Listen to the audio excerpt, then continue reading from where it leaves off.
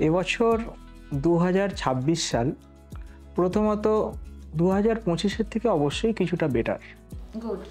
এবছরে বৃহস্পতি 12 বছর পর উচ্চস্থ হচ্ছে। আচ্ছা। বৃহস্পতি কিন্তু আমাদের সব থেকে বেশি শুভ ফল প্রদান করে। বৃহস্পতির কিন্তু এবছরে অ্যাকচুয়াল 3 বার কিন্তু গোচর হচ্ছে। এ কারণে অনেক রকমই ভালো মন্দ অবশ্যই ফল থাকবে মিশ্রিত। শনি মীন রাশিতে সারা বছরই থাকছে। রাহু প্রায় সারা বছর কিন্তু কুম্ভ রাশিতে থাকছে। শেষের দিকে একদম নভেম্বর মাস তখন রাহু কিন্তু মকর রাশিতে প্রবেশ করবে। আর কেতু সিংহ রাশিতে আছে। যখন রাহু চেঞ্জ হবে তখন কেতু সেম কর্কট রাশিতে অবস্থান করবে। এটা হচ্ছে এবছরের সার্বিক একটা প্ল্যানেটারি পজিশন। আচ্ছা।